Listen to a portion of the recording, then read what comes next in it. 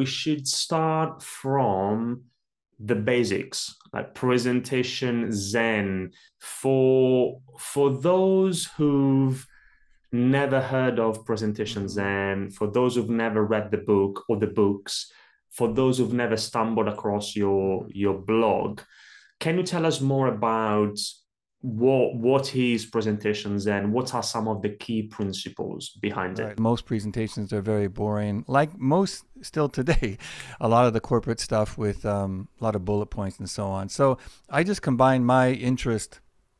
I didn't know if anyone else was really interested in this around the world, but I had an interest in this locally, and I'd heard lots, people always talking to me about presentations. It's probably why I was hired at Apple originally, because I was doing, this is something I always tell people, is that no matter where you work, especially if you're not really happy where you are in your career, but and you can't say present enough or show your creativity enough in your company, you can volunteer for things. So I became president of an Apple user group, a Mac user group, but it could be whatever that thing is. And then I presented all the time. And through that, Apple saw me present and asked me to come to campus. I did that. Long story short, then I'm working at Apple, all because I presented voluntarily outside the company.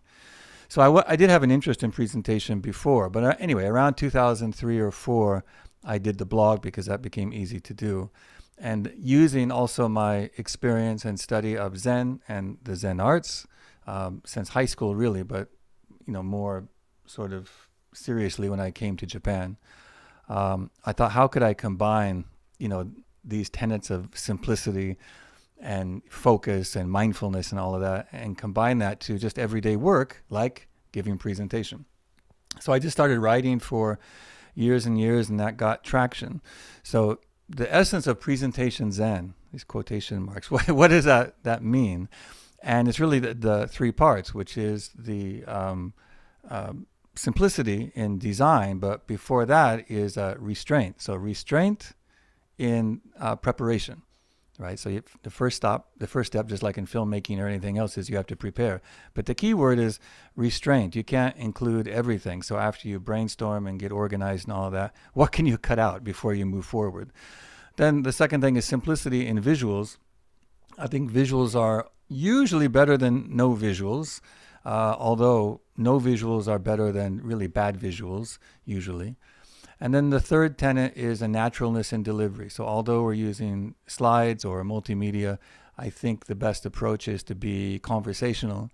And for that, I was very inspired by Steve Jobs even before I worked at Apple, that when he gave his keynotes or even smaller presentations inside the company, even if there were slides, and he was a very intense person, but on stage, great company. On stage, he was very friendly, and very approachable. I knew better, but the way he came across was like someone you could just go right up and talk to him right on stage. And I thought, well, that's a great approach to have, to be very conversational and yet really know what you're talking about, but also really interact with visuals in a very smooth way.